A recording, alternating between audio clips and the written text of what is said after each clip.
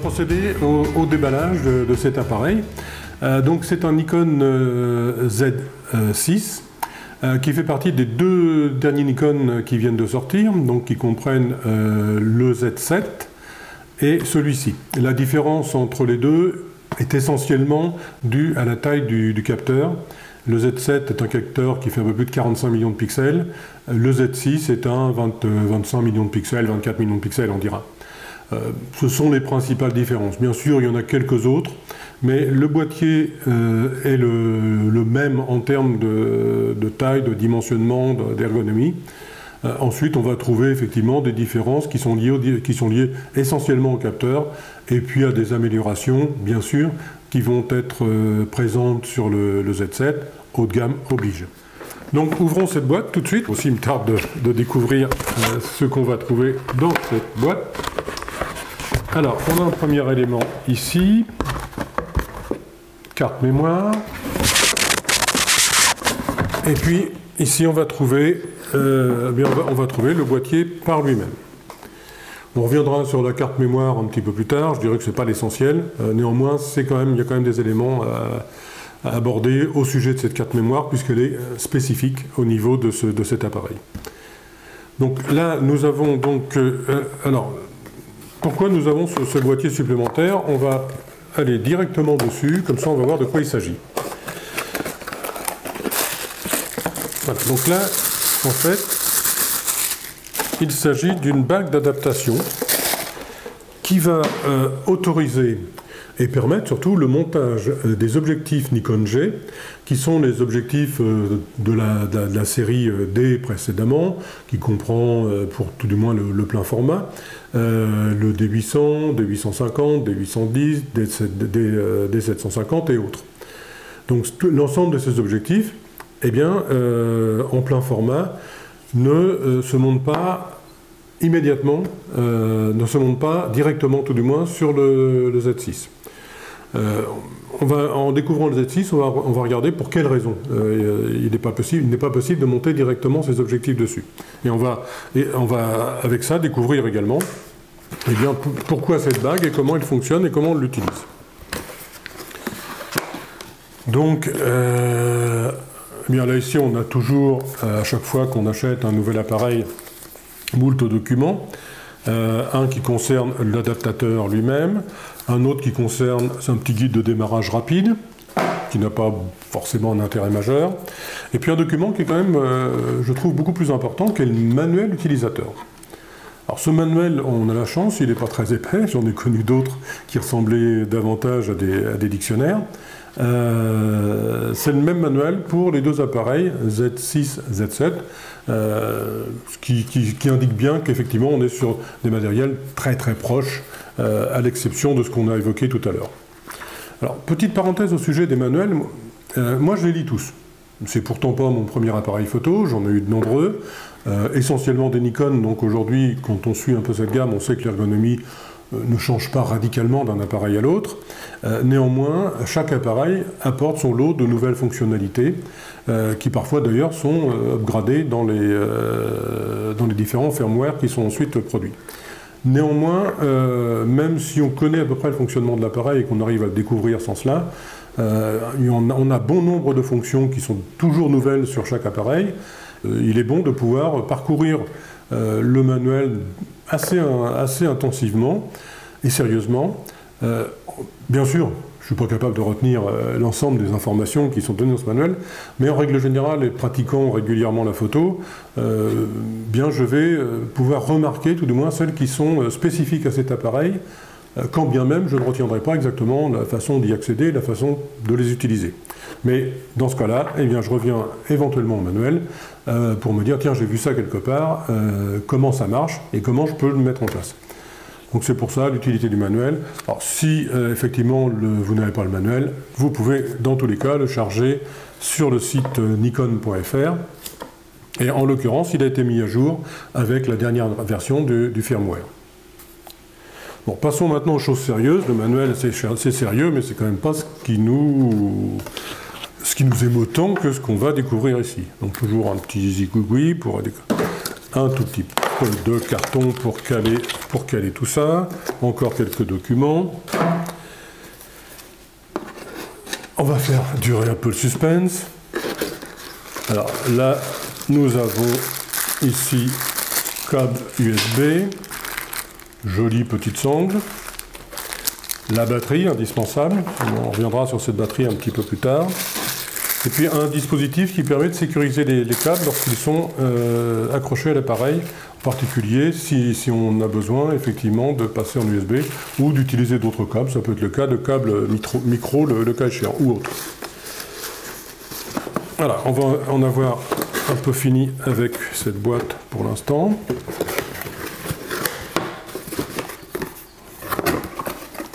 Voilà, donc la boîte ici.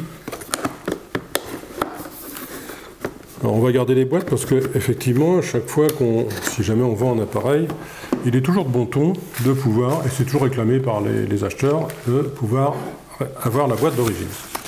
Maintenant, découvrons le Z6 par lui-même.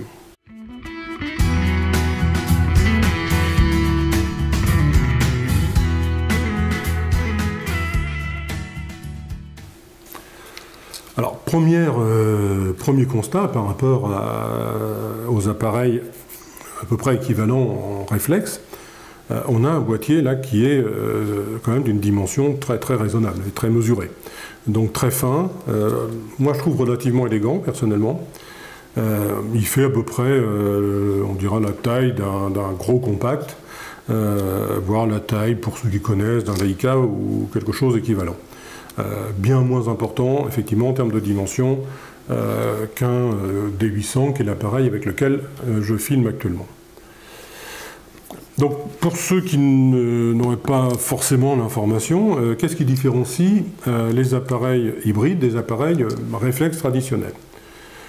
Je dirais essentiellement le fait qu'on a supprimé le miroir. C'est-à-dire que le miroir qui venait renvoyer le rayon lumineux vers le prisme et qui nous permettait effectivement dans l'oculaire de voir l'image qu'on voulait photographier. Ici, ce miroir a disparu et le prisme optique a été remplacé par un viseur électronique. Une des premières observations qu'on a fait sur la dimension de l'appareil, c'est qu'effectivement, avec ce viseur électronique, on va pouvoir réduire notablement l'encombrement du matériel, l'encombrement de l'appareil photo. Puisque si on reprend l'analogie avec les réflexes, on dira, pour simplifier, même si ce n'est pas 100% vrai, le capteur se trouvait à peu près à la place du film sur les appareils argentiques. Donc toute la chambre réflexe prenait quand même beaucoup de place. Et c'est là qu'on va trouver, pour deux raisons, l'intérêt de cette bague FTZ, qui a été conçue par Nikon pour pouvoir effectivement monter les objectifs des appareils réflexes. C'est que d'une part, on va constater qu'ici, je ne vais pas démonter forcément la protection parce que je n'aime pas laisser les capteurs à l'air et la poussière. On a un diamètre de baïonnette qui a été notablement accru.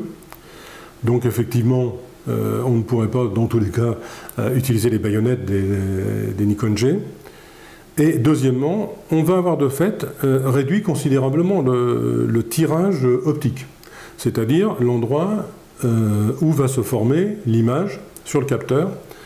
Là ici, le capteur, il est à peu près sensiblement à ce niveau-là, alors qu'il était déjà beaucoup plus reculé sur des appareils qui avaient une chambre réflexe, qui, comme je le disais tout à l'heure, plus large encore, plus profonde.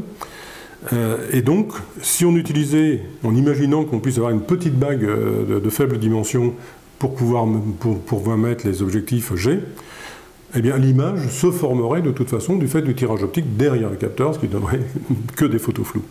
Donc là, ici, en fait, la largeur de cette bague, c'est simplement l'allongement du tirage optique qui va permettre de monter les objectifs G sur cet appareil. Et d'autre part, effectivement, on le voit un tout petit peu ici sur les tailles des baïonnettes, effectivement, une augmentation un peu de la taille de la baïonnette pour les baïonnettes de faible diamètre des réflexes Nikon vers la baïonnette qui aujourd'hui est beaucoup plus importante, beaucoup plus large sur cet hybride.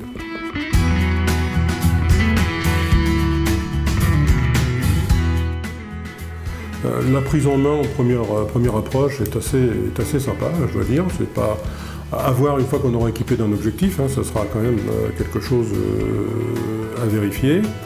On a un grand écran arrière. Alors pour l'instant, il n'y a rien d'allumé. Cet écran, il peut effectivement s'orienter.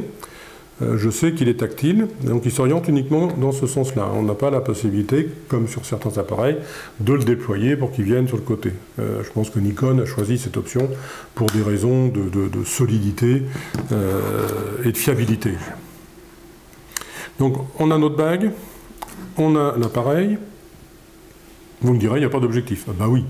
La raison est simple, c'est que je suis assez largement équipé d'objectifs Nikon, donc la série G, dont on a parlé il y a quelques instants, et je n'ai pas encore validé la nécessité d'acquérir des objectifs Z, même si l'objectif qui est vendu dans le kit en général, qui est un 24-70, qui est exactement la même focale que le zoom avec lequel je filme actuellement, mais avec une ouverture de 4 et qui a pour lui surtout d'être extrêmement compact. Je dirais que cet objectif fait à peu près 2 fois la longueur de cette bague.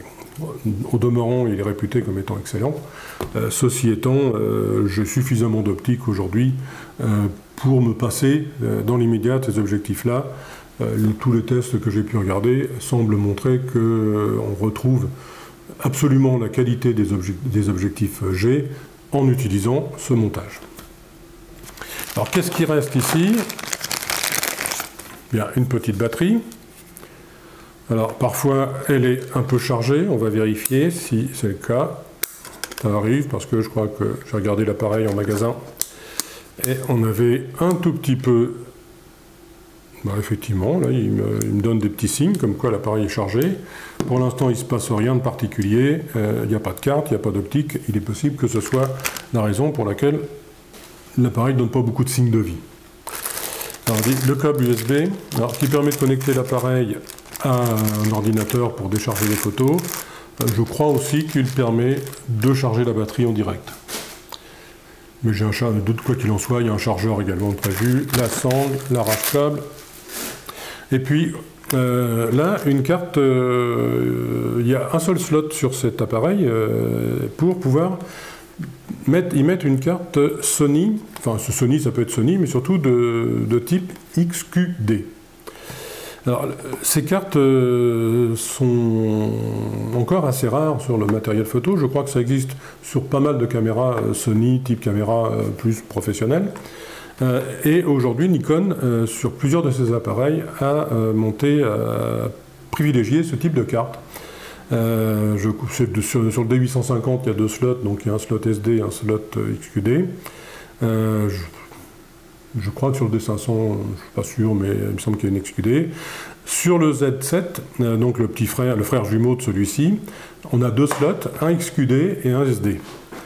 J'aurais bien aimé avoir 2 slots parce que j'ai pas mal de cartes des SD et des XQD, je n'avais pas. En plus, les XQD sont des cartes extrêmement rapides et assez nocive pour la carte bleue, puisque celle-ci, une carte de 32 Go, facturée 139 €. Donc on n'en a pas acheté 50 pour l'instant, on va se calmer, on va déjà mettre celle-ci. Alors, pourquoi, quelle est la particularité de ces cartes? Pourquoi utiliser ces cartes plutôt que les SD traditionnelles? Eh bien là, ces cartes, quand je regarde, vitesse d'écriture et de lecture, on est sensiblement à 400 mégabits seconde. Ça, c'est particulièrement intéressant. L'appareil délivre en RAW a la capacité de produire jusqu'à 12 images secondes sur une cinquantaine de vues, je crois. On a également du 4K, on a du 4K en plein format, c'est-à-dire sur le format 24-36, c'est-à-dire qu'on n'a pas du tout, par rapport à d'autres appareils, de crop, de recadrage sur l'optique. Donc, on peut imaginer tout de même que tout ça soit assez gourmand et demande des cartes qui pédalent un tout petit peu. C'est le cas de celle-ci, tant mieux. On fera l'acquisition d'une carte ou deux supplémentaires et je pense que ça devrait suffire à notre bonheur. Alors, maintenant, il va me rester à monter, essayer de trouver un objectif qui va dessus pour voir à quoi ressemble cet appareil et commencer à regarder dans ce viseur. On va monter sur... je ne vais pas monter trop gros parce que pour l'instant, on peut rester à peu près équilibré. Donc là, ici, c'est un objectif, donc comme je vous ai dit, Nikon G. C'est un AFS 85-1.8 qui est une optique absolument extraordinaire. Il existe un 85 chez Nikon en 1.4 qui est à peine qui est un petit peu meilleur, soyons clairs, mais globalement qui est surtout un gros défaut, c'est qu'il coûte à peu près 5 fois le prix de celui-ci.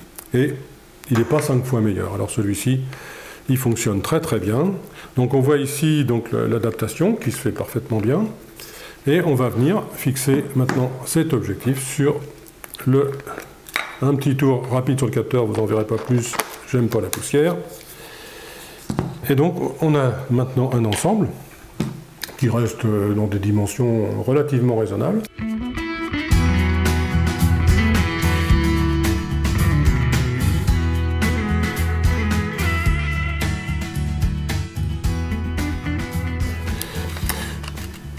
Alors au début, je dois dire que je m'inquiétais un tout petit peu d'un phénomène, c'était de me dire je vais ajouter une bague, je vais mettre une bague, puis je vais mettre des objectifs. Il y a un 8 de 85, celui-ci, il est de dimension somme toute assez modeste. Mais derrière ça, on a un 24-70 qui déjà est un objectif un petit peu plus imposant, 70-200 par exemple. Et ça me paraissait assez étrange en me disant je vais mettre une bague, je vais mettre cet objectif et puis finalement je vais avoir quelque chose qui est bien plus encombrant que le D800 avec lequel je filme actuellement. En réalité pas tellement parce que quoi qu'il en soit, eh bien on va avoir cette bague, comme je l'ai dit tout à l'heure, elle vient juste remettre à la bonne distance le tirage optique. Ce qui veut dire que si j'avais le D800 et cette optique montée dessus, eh bien, je serais dans quasiment la même configuration et je serais ici, quasiment au niveau de la baïonnette de l'appareil. Donc, c'est pas plus encombrant, c'est peut-être un petit peu moins homogène dans tous les cas, mais je dirais que c'est pas du tout plus encombrant. De surcroît, c'est pas inintéressant, on a ici sur cette bague un filetage pour un écrou de pied, ce qui va permettre, lorsqu'on fixera l'appareil, soit sur un monopode, soit sur un pied, d'être un peu mieux centré, un tout petit peu mieux équilibré. Donc tant mieux. Donc on a un écrou de pied ici sur l'appareil, un écrou de pied sur la bague. Alors jetons tout de suite un petit coup d'œil au viseur pour voir ce qu'on voit dedans. C'est assez troublant. Alors moi je ne vous cache pas que j'avais un petit doute en ce qui concerne les viseurs électroniques. J'en ai utilisé l'un pendant quelques mois sur un GH4 qui fonctionnait relativement bien, mais qui était quand même un viseur un peu étroit et d'une définition qui était relativement faible. Donc c'était un de mes doutes concernant les hybrides.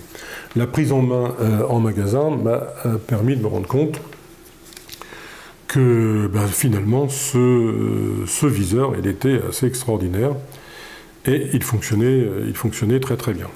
On peut aussi, si on a envie, s'aider de l'écran qui est ici, et viser soit au niveau de l'écran, soit viser au niveau du viseur, en éteindre un ou l'autre, ou laisser en automatique pour que l'un et l'autre s'activent lorsqu'on quitte le viseur par lui-même. Ouais, je disais sur les écrans, effectivement, on a ici sur le dessus un petit écran cristaux liquides, qui informe de l'essentiel. On a donc la vitesse, le diaphragme, la sensibilité, la batterie, le type de déclenchement, si on est en simple vue ou en rafale, et le nombre de vues restant. Cet écran, il est largement suffisant, puisque la particularité des appareils effectivement hybrides, c'est qu'on va retrouver toutes ces informations-là dans le viseur. On va le retrouver dans le viseur, on va le retrouver sur l'écran arrière, on pourra les effacer en partie lorsque celle-ci nous gêne à l'aide de la touche display ici qui va nous permettre d'afficher, de personnaliser un tant soit peu son affichage. Donc on n'a pas besoin effectivement d'un écran bien plus complet. La seule chose c'est que quand on est avec l'appareil, si on a envie de régler quoi que ce soit, ben c'est bien pratique de l'avoir comme ça parfois sans le porter à sa vue. Donc voilà dans l'immédiat la première partie qui est vraiment la découverte de cet appareil, hein, puisque effectivement là il vient de sortir de sa boîte.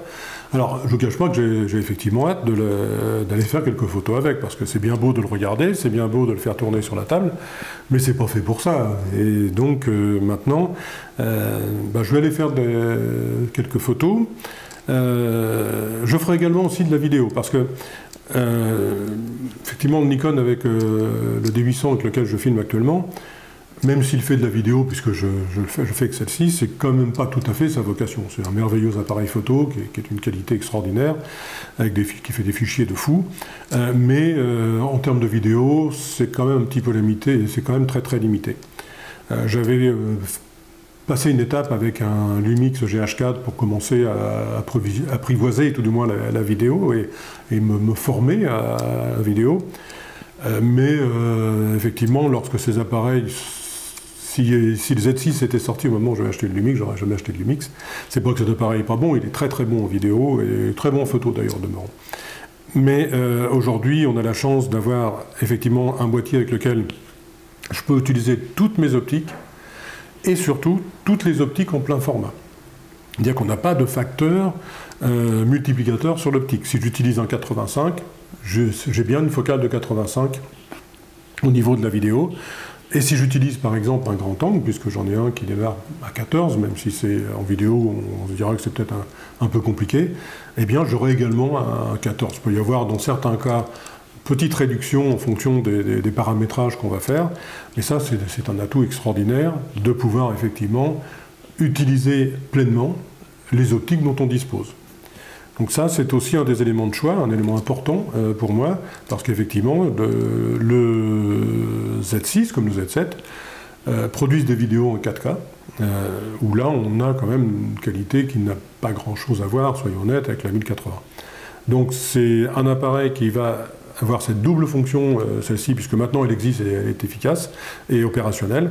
C'est majoritairement photo, toujours, mais la possibilité de faire des vidéos, je prends un exemple, il m'arrive de faire de la photo animalière, et bien quand on a réussi quelques bonnes photos, si on a juste une touche à appuyer pour aller terminer la séquence par quelques images, un petit film, c'est que du bonheur, quoi. Donc cet appareil devrait me permettre de faire ça.